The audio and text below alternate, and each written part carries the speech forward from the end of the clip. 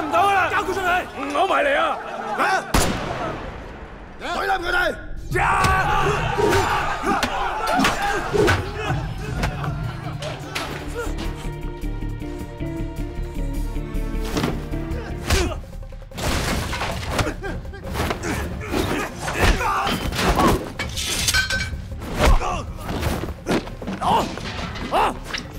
哎呀，一个劲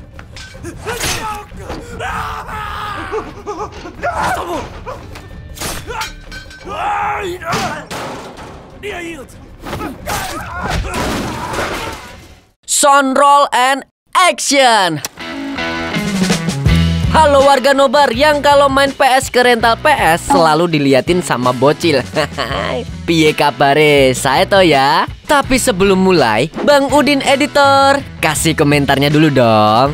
Nah, Cak, kue Jatim yo, pasti anggota CB. Cak. Motorku kilo, Cak. Mio style stang gedek. Ya, kembali lagi bersama Burhan Sang Kicomania yang kali ini akan membawakan film berjudul Casing the Dragon yang dirilis pada tahun 2017. Info menariknya, Casing the Dragon ini adalah film yang terinspirasi dari kisah nyata perjalanan dua gangster yang ditakuti seantero Hong Kong pada tahun 1960 sampai 1970-an. Dibintangi oleh bintang laga terkenal asal Hong Kong, yaitu Donnie Yen dan Andy Lau. Sudah penasaran? Langsung saja kita mulai ceritanya. Kupadukan irama lewat kata-kata, tak usah lama-lama, siapkan mata telinga dan anu-anuan kalian semua. Sudah tidak sabar, mari kita nobar.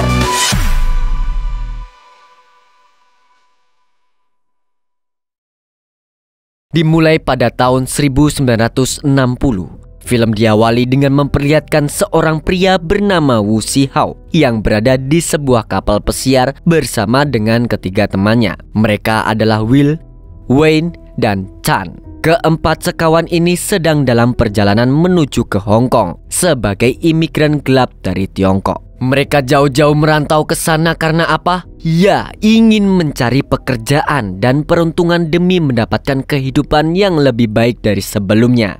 Sayangnya beberapa bulan berlalu, keberuntungan belum juga berpihak kepada mereka. Sampai sekarang pun, mereka masih hidup pas-pasan dengan tinggal di sebuah kosan kumuh dan cuman bisa makan bubur ayam setiap harinya. Bahkan si Hao sampai harus bekerja ekstra selama 24 jam demi mendapat uang lebih untuk memenuhi kebutuhannya dan juga adik laki-lakinya yang bernama Aping. Saat keempat sekawan itu tengah makan bersama, si Hao memberitahu kalau nanti malam akan ada tawuran antar dua gangster dan pihak yang menang akan mendapatkan imbalan yang cukup besar. Karena itulah keempat sekawan itu setuju untuk menjadi buzzer dengan ikut serta dalam aksi tawuran itu.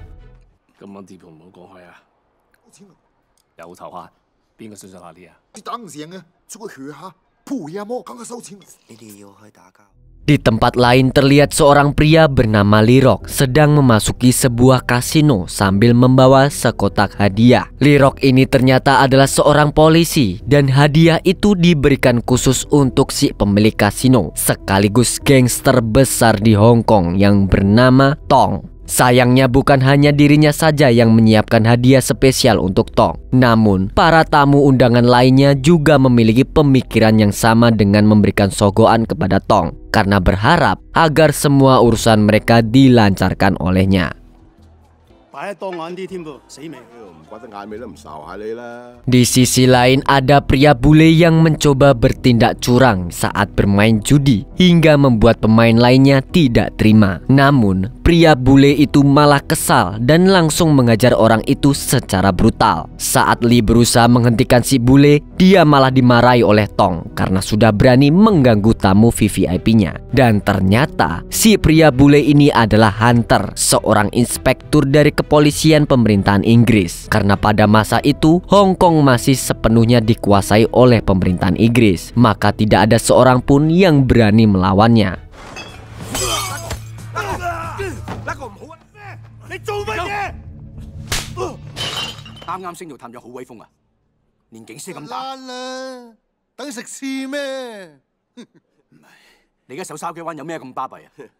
我哋走啦，走先。大警司會洗個面。係。 Malamnya si HOCS pun langsung menuju ke tempat di mana tawuran akan berlangsung. Di sana, kedua geng gangster sudah saling berhadapan satu sama lain. Para ketua geng pun saling adu mulut dengan sama-sama mengklaim kalau keduanya sudah merebut lahan bisnis mereka. Sampai salah seorang anggota geng dengan sengaja melempar botol kaca hingga melukai ketua geng lawan. Perkelahian pun tidak dapat dihindari lagi. Ketua geng gangster itu mulai berbaur untuk saling menyerang. Begitu juga dengan si HOCS yang ikut terjun ke dalam medan perkelahian tersebut.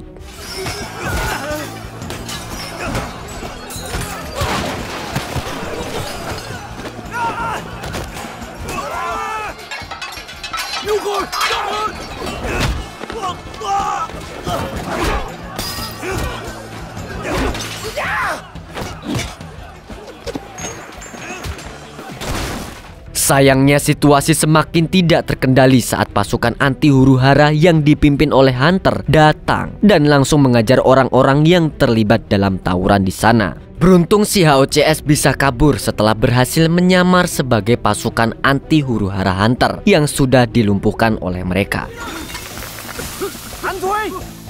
Well done.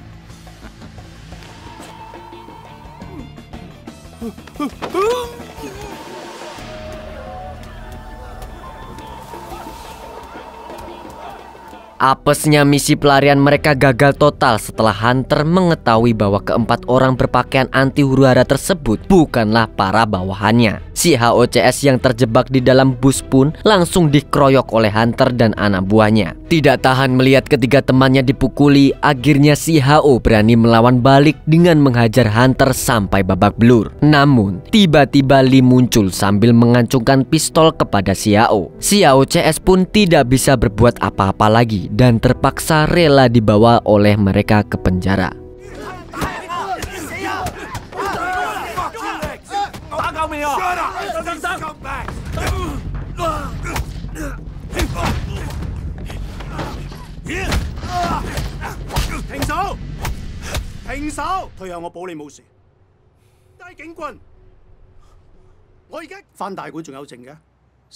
Di penjara, Lee baru saja memasuki si HOCS ke dalam sel. Di sana, dia bertemu dengan seniornya di kepolisian yang bernama Chen. Ternyata mereka ini berasal dari kampung halaman yang sama dengan si HO dan kawan-kawan. Karena sama-sama orang perantauan, Lee pun bersedia mendengarkan alasan dibalik keberadaan mereka di tawuran semalam. Dengan jujur si HOCS menjelaskan kalau mereka bukan anggota geng manapun dan hanya ikut-ikutan tawuran karena ingin mendapatkan uang imbalannya saja. Berhubung Chen ini orangnya berpegang teguh pada kejujuran dan keadilan, dia baru memperbolehkan Lee melepaskan si HOCS sampai masa penahanan mereka berakhir.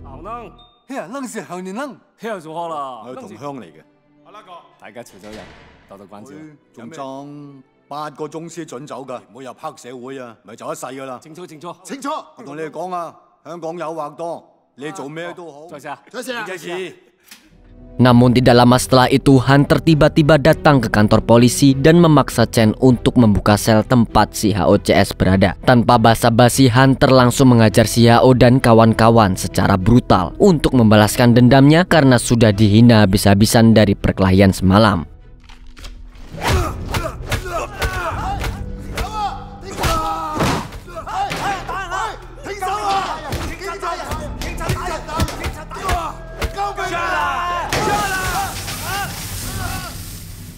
Di tengah aksi brutalnya Hunter, Lee pun datang untuk menghentikannya dengan membawa sekumpulan wartawan bayaran yang ditugaskan untuk mengambil foto-foto kekejaman Hunter. Tidak ingin namanya tercoreng ke publik, Hunter dan anak buahnya pun langsung pergi dari sana sambil menahan malu. Sementara si HO terlihat sudah pingsan hingga bermimpi bertemu dengan istrinya saat masih berada di kampung halamannya.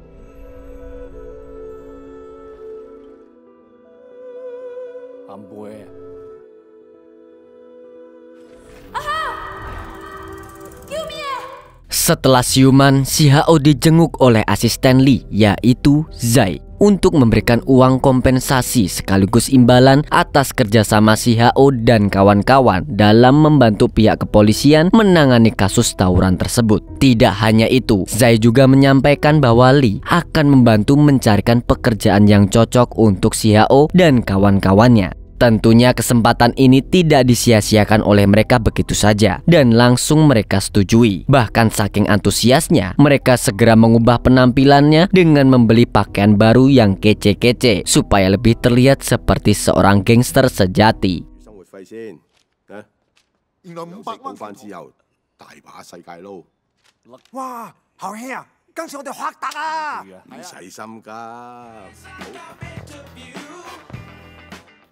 Saat balik ke kosan, mereka menemukan ada sekumpulan gangster yang menagih hutang ke ibu kos secara paksa. Karena tidak ingin ibu kos dan keluarganya dilukai oleh para gangster itu, si HO pun merelakan sisa uang mereka untuk membayar hutang tersebut.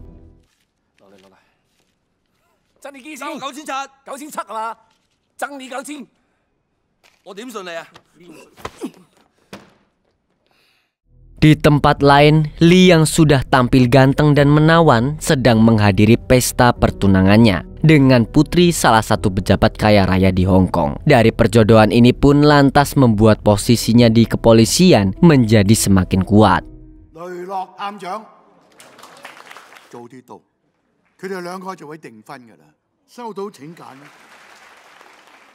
Namun pasti akan ada oknum-oknum yang cemburu melihat kesuksesan orang lain. Sama seperti Lee yang mendapat kecemburuan sosial dari orang-orang di sekitarnya. Dan salah satu orang yang tidak suka melihat kesuksesannya adalah Tong, si penjilat yang suka mencari muka demi keuntungannya sendiri itu.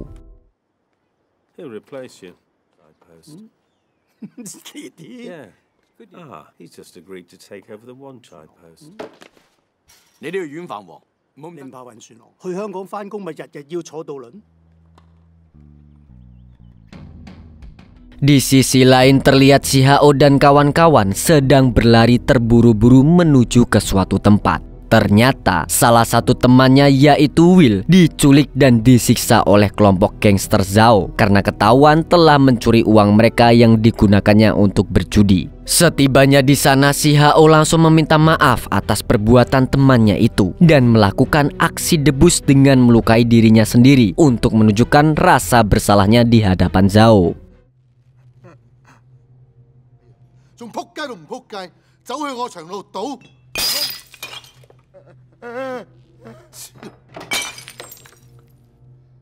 Namun Zhao ternyata mengetahui kalau si HO jago kungfu sehingga dia malah menawarkan sebuah kesepakatan kepada si HO di mana dia akan bersedia membebaskan Will jika si HO berhasil mengalahkan salah satu anak buahnya yang ahli bela diri. Tanpa pikir panjang, si HO menyetujui tawaran itu dan langsung bertarung dengan jurus kungfu pandainya.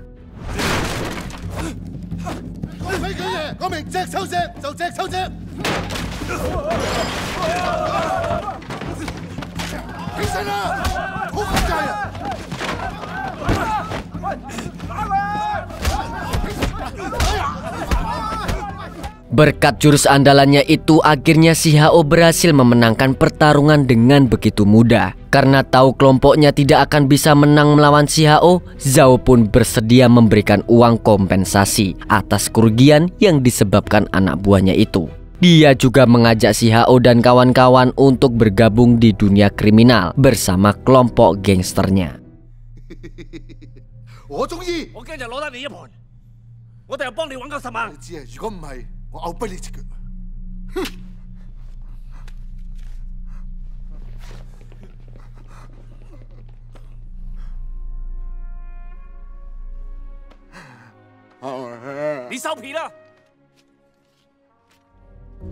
Beberapa bulan kemudian, setelah bergabung menjadi anggota gangster kelompok Zhao, kehidupan si HOCS mulai berubah menjadi jauh lebih baik. Dan kini mereka semakin sukses menekuni pekerjaan mereka di dunia kriminal. Apalagi kota tempat mereka tinggal ini yaitu Wolon terkenal dengan sarang kriminal, sehingga orang-orang jahat bisa bebas berkeliaran menjalankan bisnis ilegal mereka di kota ini tanpa harus takut diciduk oleh kepolisian. Berkat keuletan dan kerja keras mereka selama ini, si HOCS pun dibanjiri tawaran pekerjaan untuk menghabisi maupun menyabotase pihak lawan demi memperluas wilayah kekuasaan kelompok gangster mereka.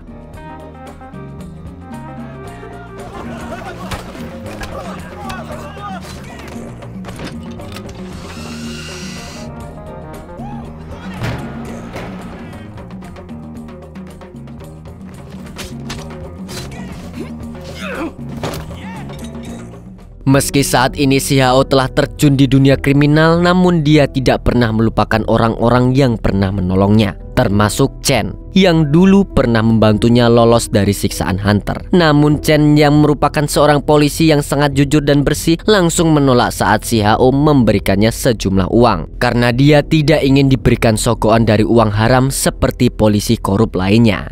Bukannya marah ataupun tersinggung karena pemberiannya ditolak mentah-mentah, si HO malah memahami tindakan Chen itu dan tidak merasa kalau persaudaraan mereka terputus hanya karena saat ini mereka sudah berada di jalur yang berbeda.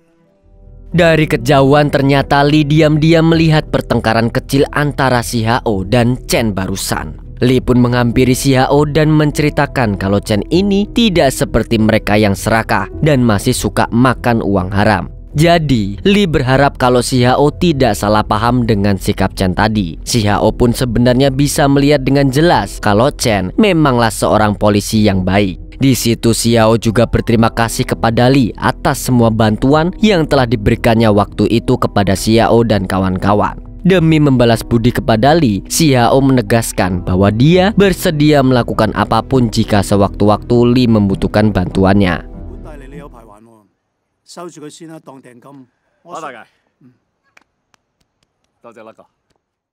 Di tempat lain terlihat sebuah kapal yang mengangkut beberapa imigran ilegal sudah masuk ke wilayah perairan Hong Kong. Siapa sangka salah satu di antara imigran tersebut terdapat istri dan anak si HO yang berniat menyusul si HO ke sini. Sialnya kapal mereka ketahuan oleh polisi yang berjaga dan para imigran itu langsung diturunkan dari kapal secara paksa hingga mereka semua terjebak di lautan lepas. Karena tidak bisa bertahan dari dinginnya air laut, istri dan anak si HO pun meninggal dunia saat itu juga.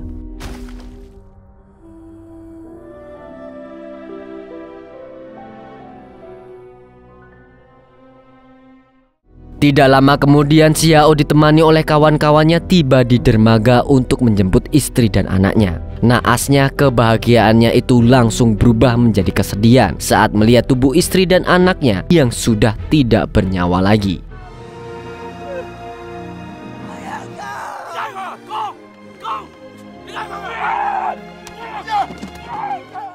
Akibat insiden mengenaskan itu, si HO pun terus mengurung dirinya di rumah karena masih bersedih atas kematian istri dan anaknya. Di sisi lain, Li bersama asistennya Zai sedang bersiap-siap dalam misi mereka untuk memberantas para kriminal berbahaya di Hong Kong. Dan targetnya kali ini adalah dua kelompok gangster yang pernah terlibat dalam aksi tawuran waktu itu. Diketahui salah satu bos gangster berhasil disingkirkan setelah salah satu anak buahnya sepakat untuk menghabisi bosnya sendiri setelah diberi suap oleh kepolisian. Namun bos gangster lainnya masih dalam pengejaran dan saat ini sedang berada di kota Kulon, tempat wilayah kelompok gangster si HO berada.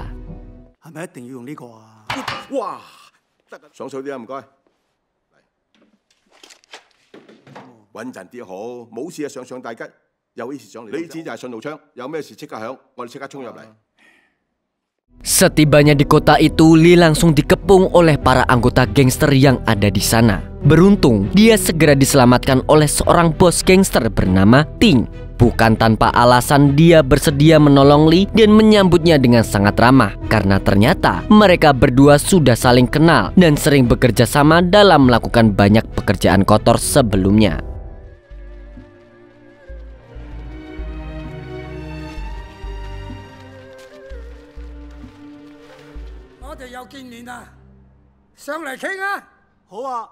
Dalam kesempatan ini, Lee pun menjelaskan bahwa kedatangannya ke kota ini adalah untuk menangkap salah satu bos gangster. Dia juga bermaksud meminta bantuan kepada Ting untuk mengatasi masalah ini. Namun salah satu anak buah Ting tidak setuju jika kelompok gangster mereka bekerja sama dengan polisi. Saat itu Ting langsung marah besar kepada anak buahnya itu karena sudah berani ikut campur dalam urusannya. Namun di tengah diskusi, tiba-tiba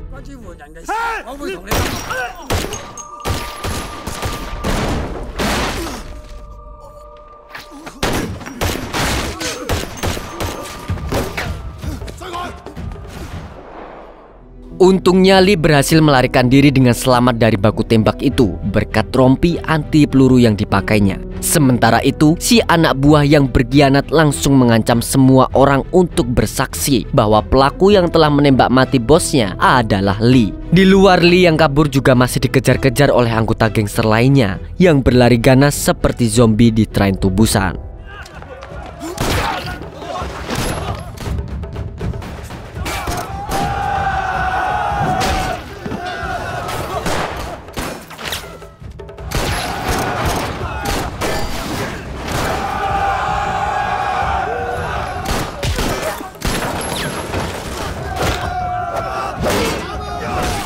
Saat situasinya semakin terdesak, tiba-tiba si Hao muncul dan langsung menyelamatkannya. Sialnya, mereka tidak bisa keluar dari kota itu dengan mudah karena sudah dikepung oleh semua anggota gangster yang ada di sana. Dengan menggunakan statusnya sebagai salah satu orang yang disegani di kelompok gangster ini, si Hao pun meminta mereka untuk tidak menyerang Lee karena Lee sudah pernah menolongnya saat masa-masa sulit di hidupnya. Awalnya mereka mulai bersimpati dan hendak menghentikan perkelahian itu. Tapi si pengkhianat muncul dan mulai menghasut mereka untuk tetap menyerang Lee dan si Hao. Hingga pertarungan pun kembali terjadi.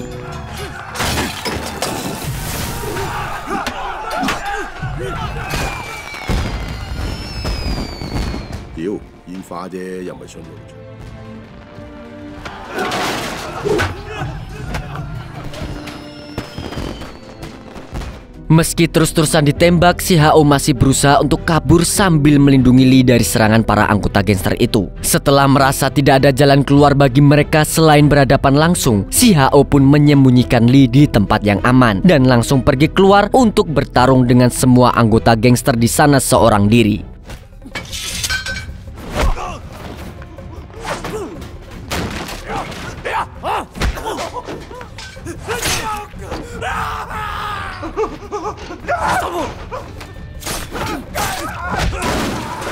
Sayangnya si Hao berhasil dilumpuhkan karena kalah jumlah. Tidak lama setelah itu, Zhao pun muncul dan ikut menyerangnya dengan memukul kaki si Hao berulang kali sampai si Hao terus berteriak kesakitan.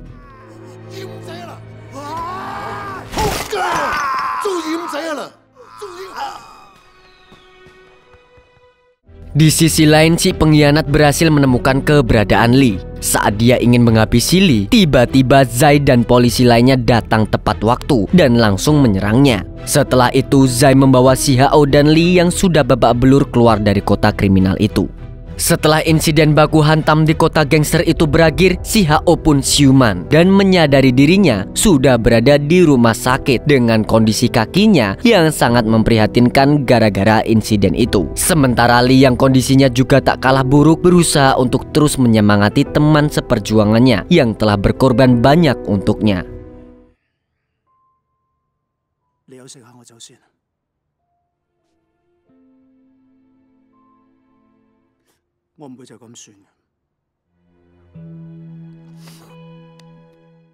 Meski sempat dihadapi oleh kesulitan sebelumnya, namun ada hikmah di balik semua kesialan yang menimpa mereka. Karena pada tahun 1965, si Hao dan Lee bangkit kembali dan mulai merintis bisnis mereka bersama-sama. Hingga perlahan, bisnis mereka itu tumbuh menjadi semakin besar dan sukses. Apalagi posisi Lee sekarang adalah seorang petinggi di kepolisian, sehingga membuat mereka bisa menjalankan bisnis ilegal dengan lebih mudah. Untuk memudahkan pekerjaan, mereka membagi bisnis mereka menjadi dua bagian, yaitu hitam dan putih, di mana bisnis hitam dikelola oleh si Hao, sedangkan bisnis putih dikelola oleh Lee.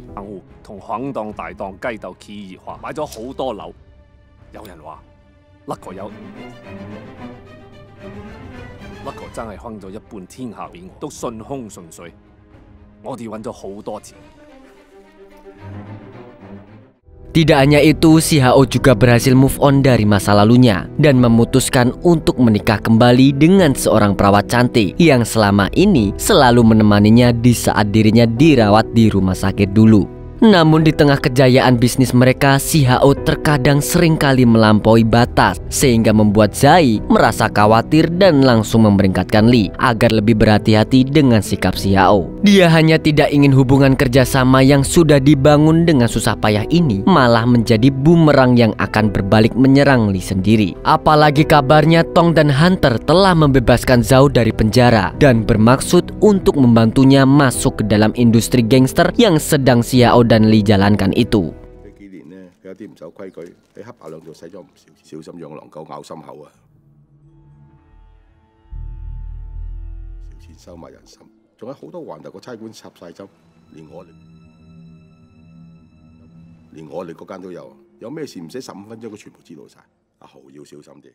Karena itulah Lee memutuskan untuk merekrut 2 orang anak buahnya yang baru, yaitu Rose dan Rong, supaya mereka bisa membantu mengelola sebagian wilayah kekuasaannya. Namun si HO terkejut bukan main saat melihat orang yang telah mematahkan kakinya, yaitu Zhao, tepat berada di hadapannya saat ini.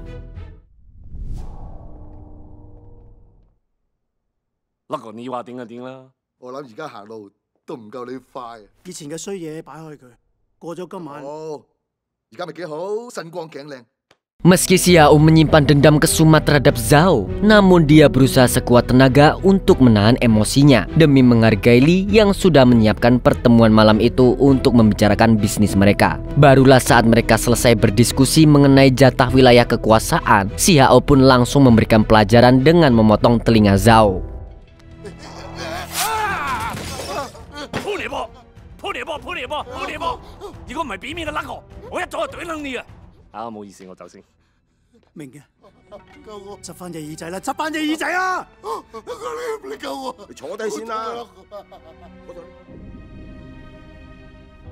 Hari berikutnya, saat di rumah, si HO tidak sengaja memergoi adiknya. Aping ternyata diam-diam menjadi pecandu narkoboy. Dengan emosi yang menggebu-gebu, si HO pun langsung menyuruh kawan-kawannya untuk mencari siapa orang yang telah memberikan barang laknat itu kepada adiknya agar dia bisa diberi pelajaran.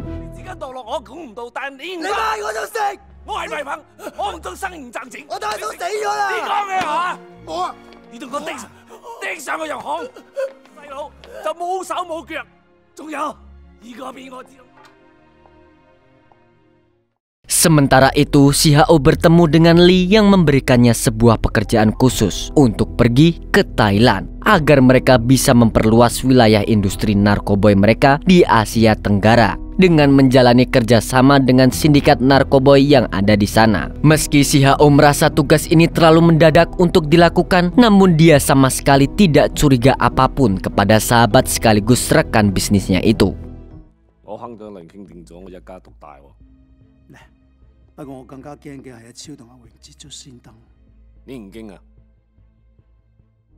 Singkat cerita, si HOCS pun sudah tiba di Thailand dan mereka langsung disambut oleh seorang pria pelontos yang kita panggil saja Agus. Agus inilah yang menjadi rekan bisnis si HO di Thailand. Dalam pertemuan itu, Agus mengabari kalau beberapa bahan narkoboy yang hendak dibeli oleh si HO mengalami keterlambatan sehingga pihak si HO harus menunggu lebih lama lagi. Namun di situ si HO meragukan informasi dari Agus dan langsung mengancamnya. Hingga akhirnya Agus berusaha menembak si HO tapi gagal dan kedua belah pihak pun saling bertarung satu sama lain.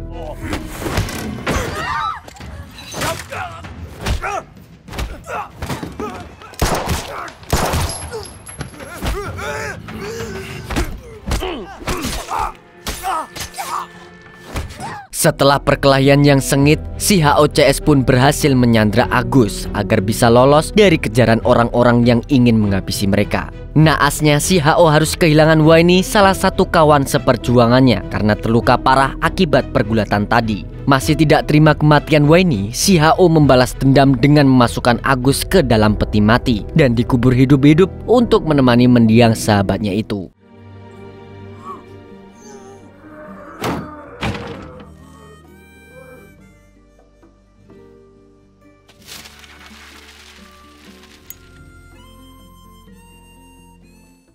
Setelah itu, si Hao dan kedua kawannya tiba di sebuah tempat bernama Golden Triangle. Di sini mereka menemui seseorang bernama Jenderal Naimi untuk bernegosiasi mengenai jual beli bahan narkoboy. Saat negosiasi, Jenderal Naimi memasang harga tinggi untuk bahan narkoboy yang akan dibeli oleh si Hao. Di situ si Hao tidak langsung setuju karena tawaran yang diberikan oleh Jenderal Naimi terasa tidak masuk akal. Jenderal Naimi pun menjawab kalau sebelumnya sudah ada orang yang lebih dulu menawarkan harga yang jauh lebih tinggi kepadanya.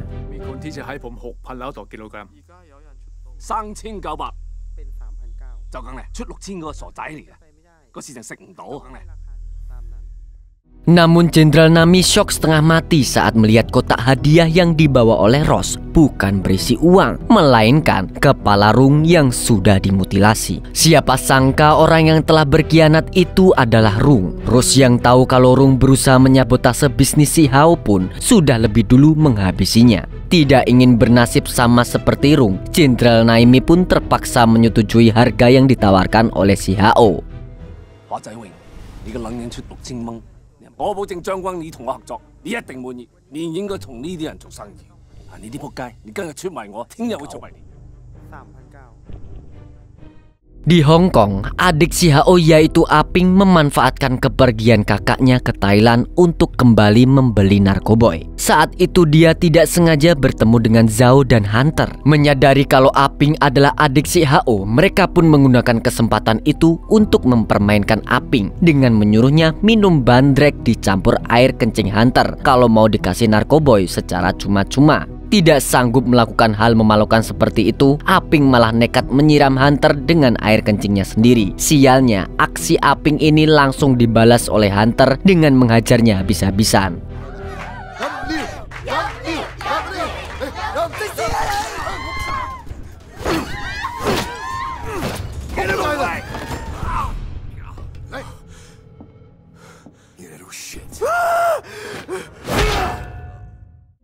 Sepulangnya dari Thailand, si Hao yang mendapat kabar soal adiknya pun segera menuju ke rumah sakit untuk mengecek kondisi adiknya. Betapa sedihnya si Hao saat dokter menjelaskan kalau adiknya mengalami gagar otak dan ada kemungkinan akan cacat jika sudah sadar nanti. Saat tahu Hunter lah orang yang telah melukai adiknya, si Hao pun berniat untuk membalas dendam saat itu juga. Namun Li yang datang tidak lama setelah itu berusaha mencegah si Hao agar tidak bertindak gegabah. Karena bisa-bisa dia yang berada dalam bahaya kalau sampai berurusan dengan pemerintahan Inggris.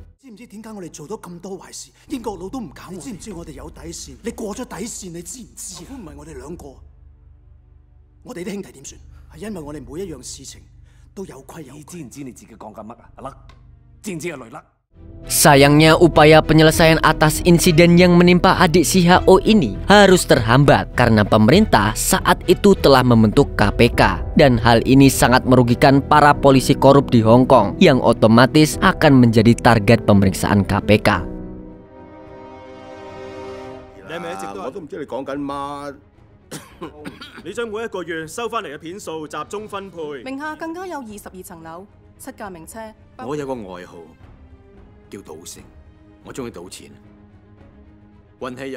Demi menghindari agar dirinya tidak ditangkap, Li pun memutuskan untuk kabur secepatnya bersama keluarganya dengan meninggalkan si Hao beserta semua bisnis haramnya itu. Di sisi lain, si Hao pun tidak bisa tinggal diam begitu saja dan memutuskan untuk melakukan balas dendam bersama kedua temannya dan juga Ross yang ikut membantunya. Sebelum beraksi, si Hao sudah mengasingkan istri dan kedua anaknya ke tempat yang aman. Saat Hunter dan anak buahnya baru saja pulang ke markas, si Hao pun langsung menyerang mereka yang masih berada di dalam mobil dengan bulldozer.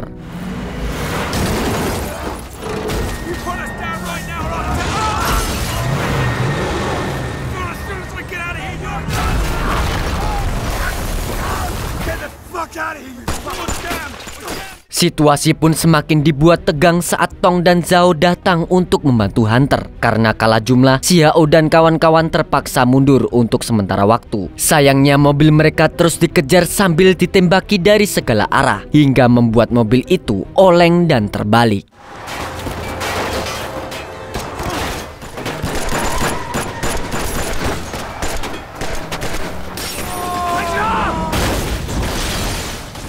Saat melihat Xiao berada dalam bahaya, Rose pun memutuskan untuk mengorbankan dirinya demi membalas semua kebaikan Xiao kepadanya selama ini.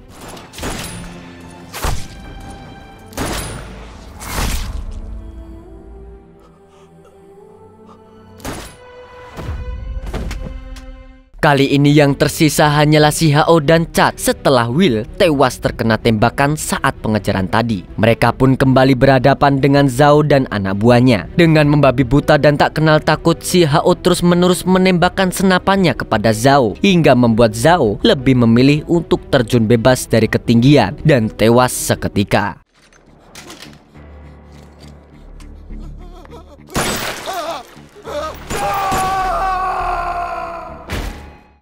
Di tengah kekacauan itu, tiba-tiba Lee muncul bersama pasukannya untuk memaksa pasukan musuh agar segera mundur dari pertarungan. Ternyata Lee memilih untuk kembali demi menyelamatkan Xiao. Setelah itu Lee berusaha mencari keberadaan Tong. Saat Tong yang bersembunyi hendak menembak Lee, dengan sigap Zai pasang badan untuk melindungi Lee dan langsung menembak Tong hingga tewas. Naasnya, Zai juga harus kehilangan nyawanya akibat terkena tembakan dari Tong saat melindungi Lee.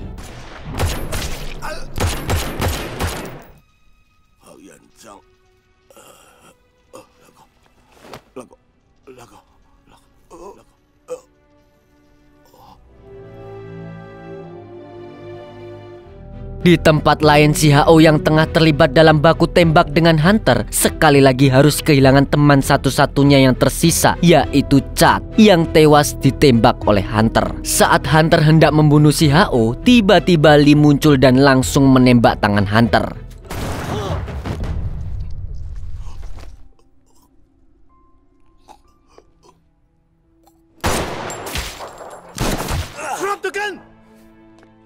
Saat itu Lee meminta Xiao agar tidak membunuh Hunter. Namun Xiao sudah keburu emosi karena mengingat orang-orang yang disayanginya telah mati dengan sia-sia. Dia pun kembali mengejar Hunter hingga ke atap. Karena sudah terpojok, Hunter pun hanya bisa melindungi dirinya dengan terus menembaki Xiao. Namun tembakannya itu selalu meleset karena tangannya terluka tidak bisa membidik dengan tepat. Alhasil Xiao berhasil membalikkan keadaan dan bersiap untuk menghabisi Hunter. Di waktu bersamaan, Lee datang dan masih berusaha menghentikan Xiao. Sayangnya Xiao sudah dibutakan oleh keinginan balas dendamnya dan akhirnya langsung menembak mati Hunter. Sang Xiao Ming.